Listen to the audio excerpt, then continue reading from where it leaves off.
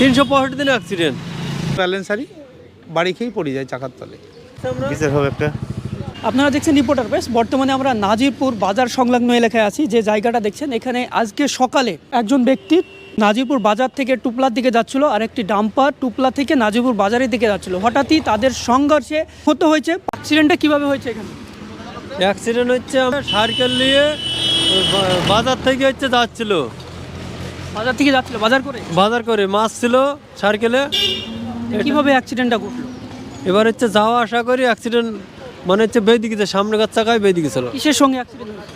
10 চাকা গাড়ি, 10 চাকা বা 12 চাকা ডাম্পারের সঙ্গে? হ্যাঁ, বড় গাড়ি, সাইকেল পথচারী সাইকেলে কত সাইকেল দিকে যাচ্ছিল বাড়ি পানে, মানে থানা রোড থেকে হচ্ছে টুপলা পানে বাড়ি যাচ্ছিল। টুপলাতে নাজিরপুর বাজার থেকে টুপলার দিকে? হ্যাঁ, নাজিরপুর বাজার থেকে। ঠিক আছে, ওটা হচ্ছে এই সাইড থেকে, নাজিরপুর থেকে আসছিল। বড় গাড়িটা নাজিরপুর থেকে আসছিল, বাজার থেকে। শেষ নিহত হয়েছেন। তার পরিচয় জানা গেছে? হ্যাঁ, আমার বাবা। আমার বাবা। আপনার বাবা এখন কোথায় আছেন? নাজিরপুর হসপিটাল ছিল, ঠিক হলো এক্ষুনি। একটু আপনারা প্রশাসনের কাছ থেকে কি চাইছেন? দেখি কি চাই, বিচার হবে একটা। কিন্তু দিনের পর দিন যে এইভাবে দুর্ঘটনা বেড়েই চলেছে, এতে কি প্রশাসনের উদাসীনতা দেখা যাচ্ছে? দেখা যাচ্ছে তো, তো ওইসবগুলো তো খারাপ হচ্ছে, বুঝতেই পারছো তো। দেখা যাচ্ছে এই অ্যাক্সিডেন্টটা হলো, কী অবস্থা। আপনার পরিচয়? আমার নাম শামসি। আমরা হচ্ছে বিচার চাচ্ছি, যে অ্যাক্সিডেন্ট হয়েছে ওই হচ্ছে এর জন্য একটা বিচার পাওয়া যায়, এটাই ব্যাপার।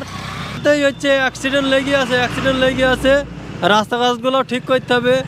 ঠিক আছে, সাইডে হচ্ছে যাওয়া আসাতে প্রবলেম হচ্ছে। যেমন আমাদের করিমপুর কৃষ্ণনগর বহরমপুর যে রোডটা আছে, এটা 4 লাইন দরকার, একটু 10 লাইনও দরকার। অ্যাক্সিডেন্ট একদিনও বন্ধ নাই, প্রতিদিন অ্যাক্সিডেন্ট এমন দিন না 365 দিন করিমপুর থেকে কৃষ্ণনগর, 365 দিন অ্যাক্সিডেন্ট।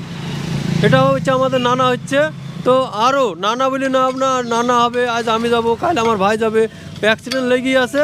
তো হচ্ছে সেফটির ব্যবস্থা দরকার আছে একটু।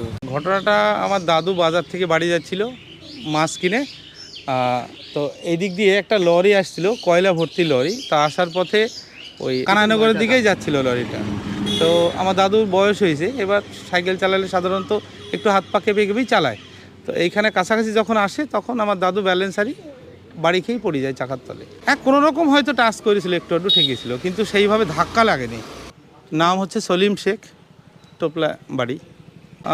আমার দাদুর বয়স মোটামুটি 80 মোটামুটি। আমার নাম মন্টু মণ্ডল।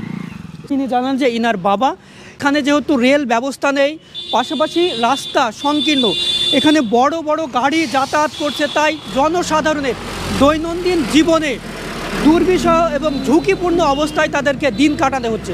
পাশাপাশি এই প্রশ্নও তুলছে তারা যে রেলের ব্যবস্থা যদি না করা যায়, সেখানে 4 লেন বা 2 লেনের রাস্তার যদি ব্যবস্থা করা যায়, হয়তো অ্যাক্সিডেন্ট বা দুর্ঘটনা অনেকটাই এড়ানো যেত। তেমনই তারা প্রশ্ন তুললেন এখানকার স্থানীয় বাসিন্দারা। ধন্যবাদ।